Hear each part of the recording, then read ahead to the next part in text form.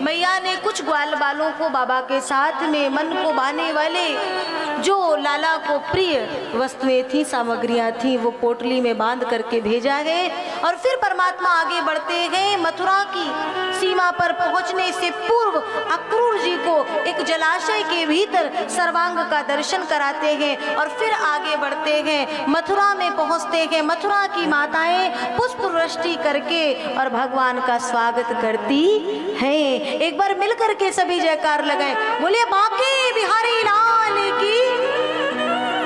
भगवान वहां से आगे बढ़ते गए और मार्ग में चलते हुए एक घाट पे पहुंचे जहां एक धोबी विराजमान है, अनेक सुंदर सुंदर वस्त्रों को लिए हुए बैठा है। भगवान ने प्रणाम करते हुए कहा, मामा जी वस्त्र तो बड़े सुंदर हैं, क्या इनमें से कुछ एक हमें भी मिल सके?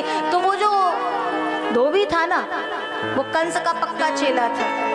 तो उसने कहा, गांव में रहने वाले, काली कमली धारण करने वाले ठीक से वस्त्र भी तुम्हारे पास नहीं है? और जानते हो ये किनके वस्त्र हैं जिनकी तुम बात करते हो? तो छोटे छोटे ग्वाल बाल बगल में थे। उन्होंने कहा, कन्हैया दिखा दे वही अपने पूतना वाले हाथ और कर दे या मामा की राम नाम सत्य। भगवान को कहाँ समय लगता है, 2 पल में मानो वो धोबी को उठा करके और 6 बार आकाश में घुमाते हुए 7वीं बार जैसे ही पटके ना, बस भगवान की मार, दोबारा उठने योग्य बचा ही नहीं। भगवान ने कहा, जल्दी जल्दी उठाओ, सब धारण कर लो। और इतने बड़े महाराज के वस्त्र सब ग्वाल वालों ने पहन लिए। तो भैया कहते, कन्हैया ये तो सब मांगे कैसे लग रहे हैं? तो बोले, क्या चाहते हो?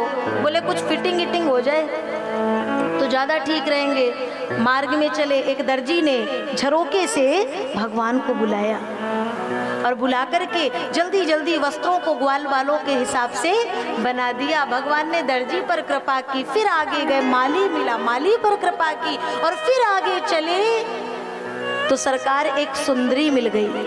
हाथ में चंदन की कटोरी है और जा रही है, 3 जगह से टेढ़ी है। और जब चली तो कन्हैया पीछे से आवाज लगाते हैं, अरे ओ सुंदरी जी। अब बताओ जरा, 3 जगह से कोई टेढ़ी हो और उसे कोई कहे सुंदरी, तो क्या वो सुनेगी? और भगवान हमारे कह रहे सुंदरी। 1 बार 2 बार 3 बार जब नहीं पलट के देखी तो कन्हैया दौड़ करके गए और आगे जा करके विराज गए। मैं इतनी जोर जोर से आपका आवाज लगा रहा हूँ, आपने मुझे बुलाया? हाँ, अरे सच में आप बहुत सुंदर हैं, आप अपना परिचय देंगी? उस देवी ने अपना परिचय दिया, दास में हम सुंदर कंस सम्मता, तिवक्र नामा ह्यनुलेप कर्मणि, मेरा नाम सैरेंद्री है, लेकिन 3 जगह से टेढ़ी होने के कारण लोग मुझे तिवक्रा कहकर, कुबड़ी कहकर के पुकारते हैं, लेकिन आज तक किसी ने मेरा नाम नहीं लिया। आपको मुझ में ऐसी कौन सी सुंदरता दिखाई दी जो आप मुझे सुंदरी कह करके पुकार रहे हैं? भगवान कहते, सच में आप बहुत सुंदर हैं, क्योंकि मुझे ये बाह्य सुंदरता की आवश्यकता नहीं है, ये जगत के लिए है। और सुनो, जगत को दिखाने के लिए खूब डेंटिंग पेंटिंग करना, लेकिन भगवान के आगे जैसे हो। कहते हैं ना, कोई जब बंद कमरे में रहता है तो अपनी वास्तविकता में रहता है, लेकिन बाहर निकलता है तो उसका चलने का ढंग, बोलने का ढंग सब बदल जाता है। क्यों?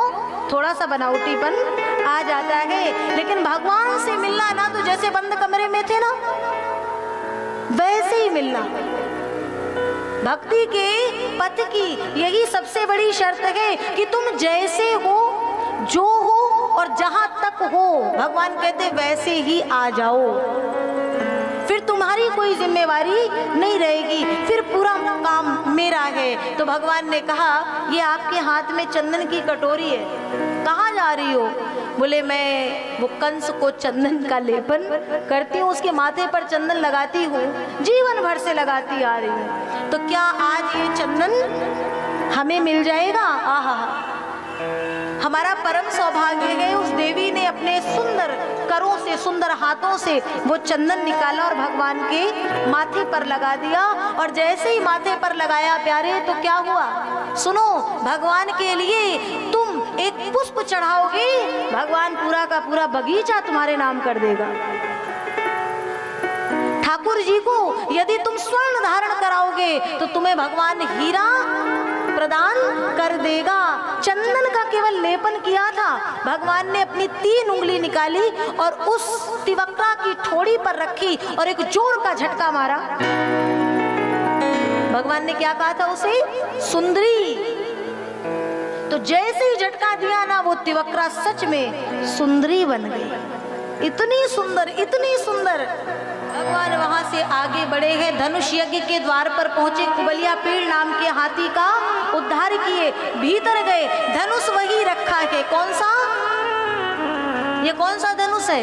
कंस को किसने दिया था?